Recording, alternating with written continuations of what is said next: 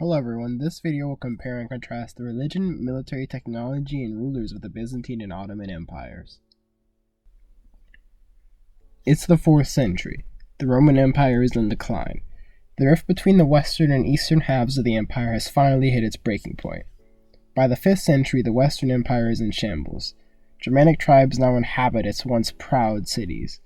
However, the Eastern Empire still stands strong. By the 8th century, the Eastern Empire fully evolved into what we now call the Byzantine Empire.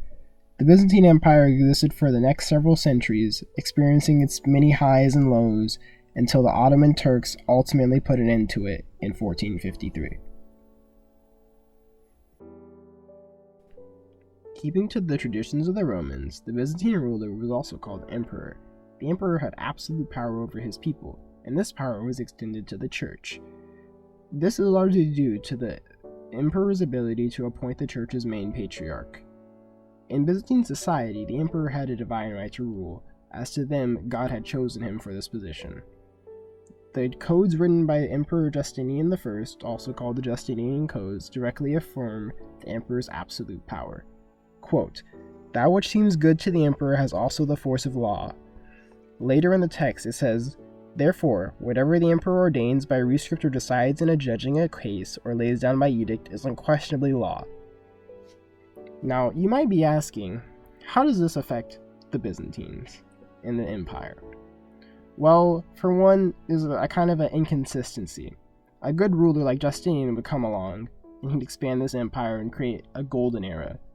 And then after he dies, or is no longer fit to rule, the person after him is horrible, and he sends the empire back and it almost destroys it. The official religion of the Byzantine Empire was Christianity, more specifically Eastern, or Greek, Orthodox. The Eastern Orthodox Church was formed after the East-West Schism of 1054, in which Eastern and Western churches split from each other. The Eastern Orthodox Church follows much of the doctrine outlined during the Council of Nicaea. They believe that there is one true God who gave his one and only Son for mankind. They also believe in the Trinity and venerate the Virgin Mary as she is the one who gave birth to Jesus.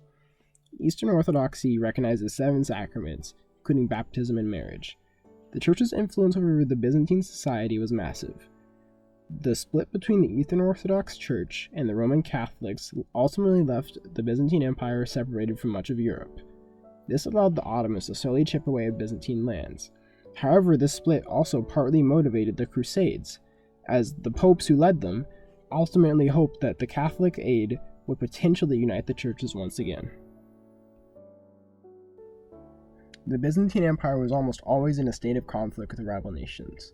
A major asset in their ability to wage war was Greek fire, or as it was known back then, Roman fire.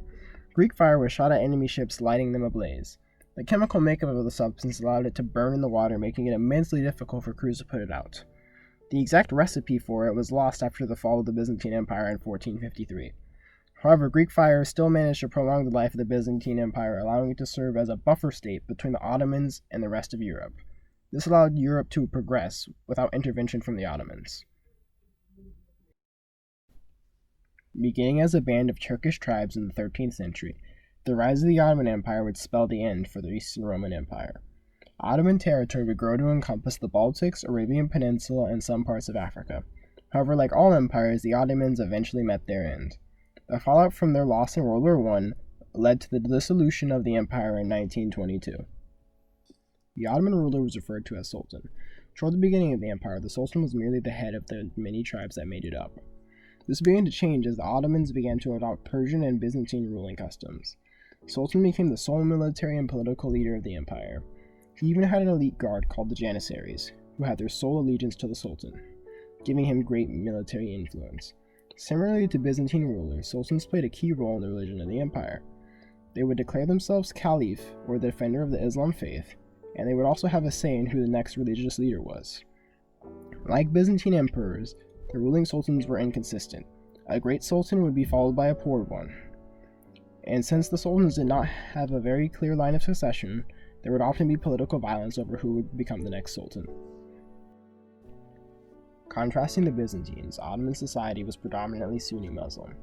Muslims have 5 main practices, also known as the 5 pillars of Islam. They are profession of faith, prayer, almsgiving, fasting, and a pilgrimage. Islam also has 6 articles of faith, which include the belief that Allah is the one true God, everything the prophets say is true, and the belief of predestination. Islam led the Ottomans into direct conflict with much of Christian Europe over the Holy Land, the most famous of these being the Crusades. The Ottomans pioneered the use of gunpowder-based weaponry. Though they weren't the inventors of it, Ottoman troops found effective ways to deploy them in battle. For example, during the fall of Constantinople, Ottoman forces under Mehmed II made strategic use of siege cannons to break the city's defenses, and finally put an end to the once great Byzantine Empire. The Ottomans' use of firearms brought the technology to Europe, who soon mastered it, allowing European nations to colonize less advanced civilizations with greater ease. Ottoman tactics coupled with firearms technology allowed the empire to remain a major world player for centuries.